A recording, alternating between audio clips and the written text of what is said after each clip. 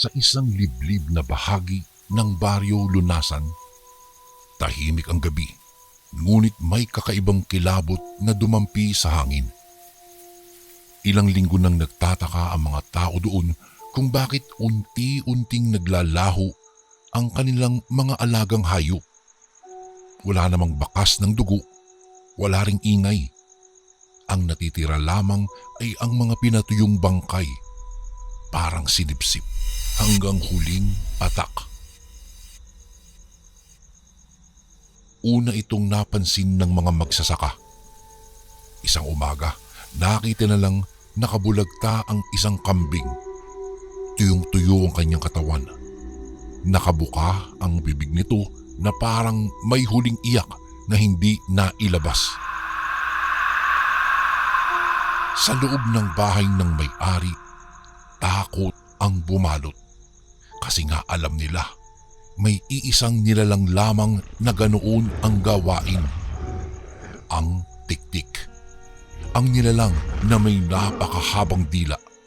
Sumisipsip ng sigla ng anumang biktima at halos hindi marinig ang paglapit nito dahil sa kakaibang tunog na tiktik na lumulutang sa hangin. Makalipas ang ilang gabi, may isang batang lalaking hindi nakauwi kaagad. Naglaro pa kasi siya sa tabi ng ilog. At habang naglalakad siya pa uwi, ramdam ang malamig na dampi ng hangin sa kanyang batok.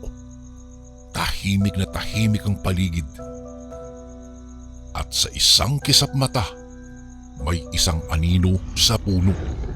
Mahaba, manipis, parang nakasabit lang. Hindi nagtagal, isang matalim na tiktik ang kanyang narinig.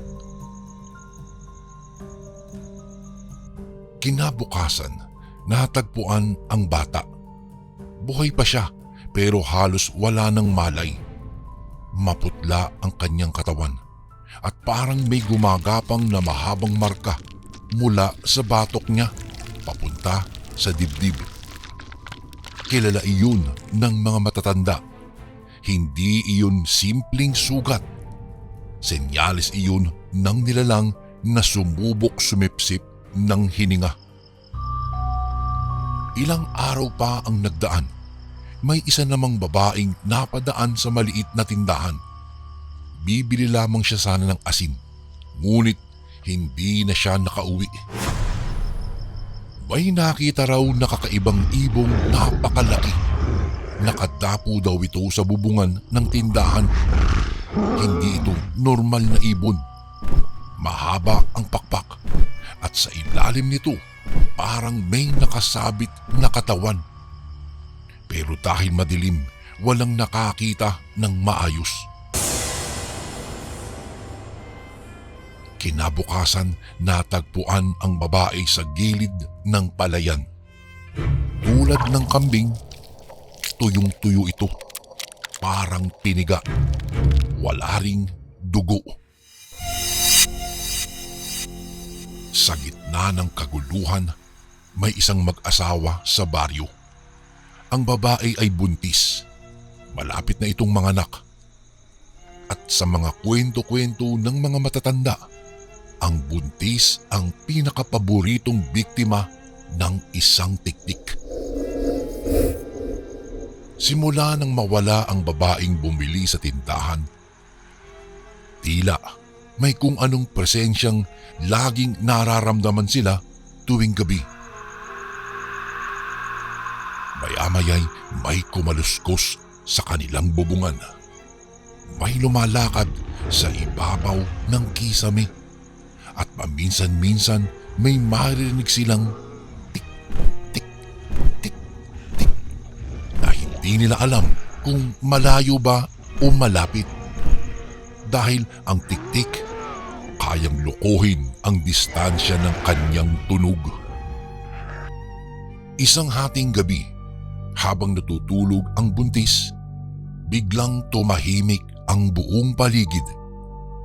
Walang maririnig na mga kuliglig. At hindi nagtagal, may tunog na ng tiktik mula sa labas. Napakabagal at paulit-ulit. At unti-unting may aninong biglang lumipad at dahan-dahang lumapit sa kanilang bubungan. Sa itaas ng kanilang bahay, dumikit ang nilalang. Lumabas ang napakahabang dila. Gumapang ito pababa sa bubong. Hinahanap ang tiyan ng kanyang bibiktimahin. Sa mismong gabing iyon, may kumatok sa pintuan. Hindi yung tiktik. Isang albularyong kilala sa baryo bilang si Apo Pulding. Magandang gabi po. Tahimik siyang pumasok at agad hinawakan ang pulso ng buntis. Nagulat at nanindig ang mga balahibo niya. May sumusunod sa inyo. Pahina niyang bulong. Hindi pa man siya nakakatayo, biglang yumanig ang bubong. Mayroong mabigat na nilalang na dumapo doon. Kumaskas ang mga kuko sa kahoy at sumulpot ang mahabang dilang parang ahas at pilit bumabaon sa siwang ng bubungan. At sa isang iglap, inilabas ng albularyo ang isang maliit na botelya na mayroong lamang langis. Binuksan niya ito at naglatag ng pulang durog na dahon sa sahig. Nang biglang nagliyab ito nang hindi man lang nasasayaran ng apoy. Dahil doon napaatras ang tiktik. Parang nasunog ang dila nito. Sa galit, biglang bumagsak ang nilalang mula sa bubungan. Lumitaw sa harapan ng bahay. Malaki, napakapayat at bumuka ang malaking pakpak nito at sa isang iglap lumabas ang dila na parang ahas. Naglabas naman kaagad ng isang matulis na pamalo ang albularyo. Sinamahan niya ng dasal at ng langis. Napatalo naman ang tiktik at biglang umatake sa albularyo. Isang madugong labanan ang naganap ng gabing iyon. Maya-maya'y lumipad ang tiktik. Paikot-ikot ito at sinubukang lokohin ang pandinig ng albularyo. Pero sa bawat ikot niya, sinusundan ito ng pamalo na mayroong apoy na asul. Sa huli, nang magkamali ang tiktik ng lipad at ito'y napababa ng sobrang lapit sa albularyo, doon na sinunggaban ni Apo Pulding at itinarak ang pamalo sa dibdib ng nilalang. Napasigaw naman ang tiktik ng mahabang huni at nang tumama ang asul na apoy sa kanya, unti-unting natuyo ang balat nito at naagnas ang kanyang katawan hanggang sa naging abo. Huminga ng malalim ang albularyo. Pagod na pagod pero nakatayo pa rin. Lumapit naman ang mag-asawa sa kanya. Mangyak-ngyak at nagpasalamat. Napaupo ang buntis na babae. Hawak ang kanyang tiyan. Nagpapasalamat na ligtas daw ang kanyang sanggol. Ngumiti lamang ang albularyo. Tahimik at parang alam niyang darating talaga ang gabing ito. Lumabas siya ng bahay ng mag-asawa at tumingin-tingin sa paligid. Tahimik na ang buong baryo. At sa loob ng kanilang bahay, naiwan ang abo ng nilalang.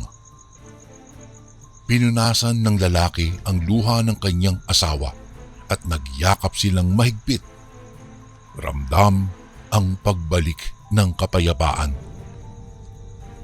Habang papalayo ang albularyo sa isang madilim na daan, dala-dala niya ang katahimikang ibinalik niya sa baryong naturan.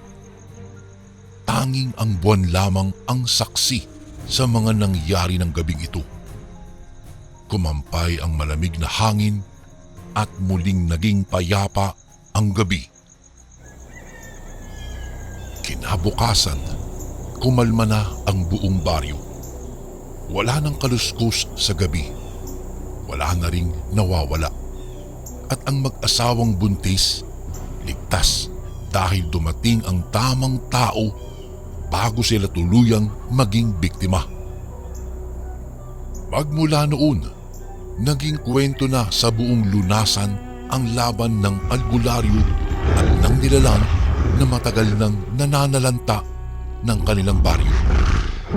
At tuwing malamig ang gabi, pinapaalalahanan nila ang bawat isa na hindi lahat ng kumakaluskus ay hangin at hindi lahat ng lumilipad sa dilim ay ibon. Dahil mayroong isang nilalang na laging nakaabang. Isang nilalang ng dilim